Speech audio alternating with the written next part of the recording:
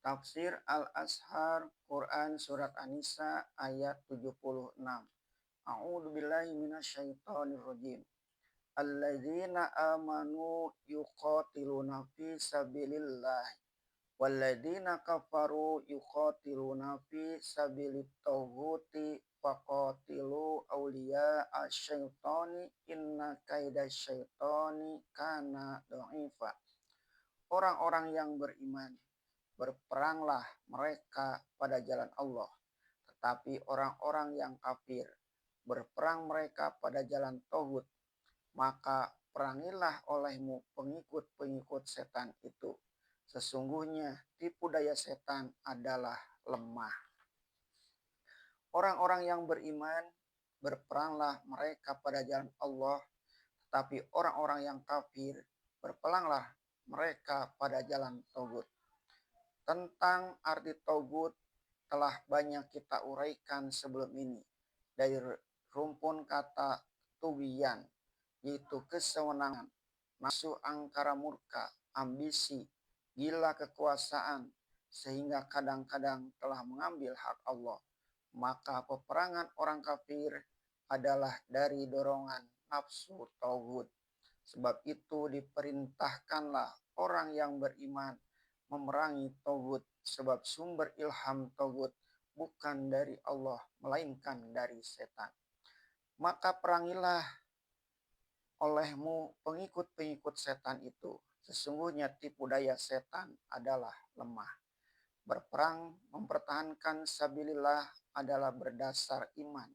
Sedang peperangan pengikut setan berdasar kepada hawa nafsu angkara murka.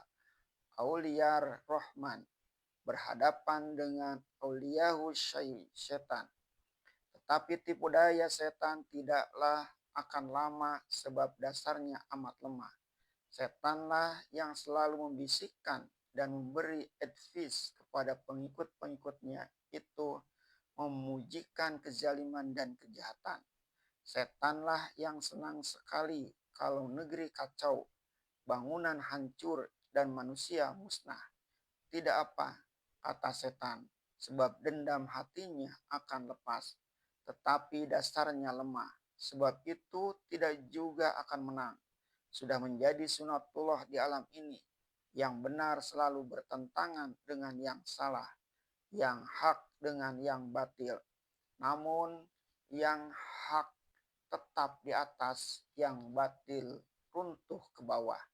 Dalam pergumulan pendirian benar dan pendirian yang salah, yang lebih kekal ialah yang lebih sesuai dengan irama hidup manusia. Batil bisa menang sebentar, namun dia akan sirna sebagaimana sirnanya embun pagi apabila matahari telah naik. Orang yang berperang pada jalan Allah ialah menuntut masyarakat yang lebih sempurna, yang adil dan makmur, yang semua manusia bebas memuja Tuhannya dan hilang penindasan manusia atas manusia. Kalau ini belum tercapai, mereka belum berhenti, dan mana yang telah tercapai mereka pertahankan.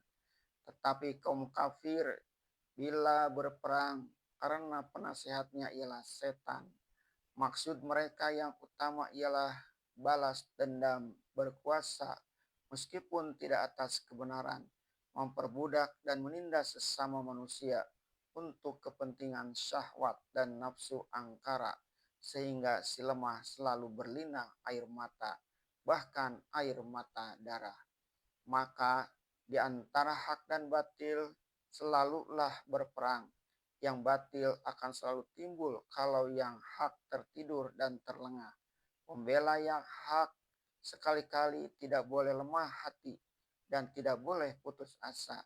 Karena keteguhan hati sebab sucinya cita-cita adalah sumber kekuatan yang hakiki.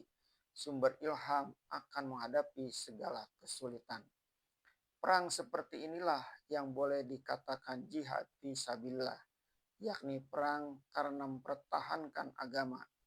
Maka perang kerajaan Turki Utsmani dengan kerajaan Iran Safawi di abad-abad ke-18 bukanlah jihad fisabilillah.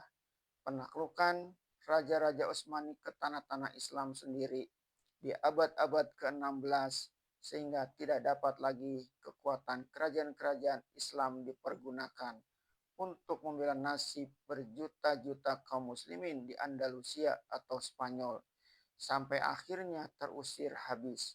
Bukanlah jihad fisabilillah, tetapi peperangan Imam Bonjol, Pangeran Diponegoro, Tengku Cikditiro, dan umumnya peperangan-peperangan negeri-negeri Islam mengusir penjajah kafir. Asal niat sejak semula tegak, termasuklah perang jihad fisabilillah. Dan tidaklah menjadi jihad fisabilillah ketika pemerintah Turki telah kepayahan pada Perang Dunia Pertama 1914-1918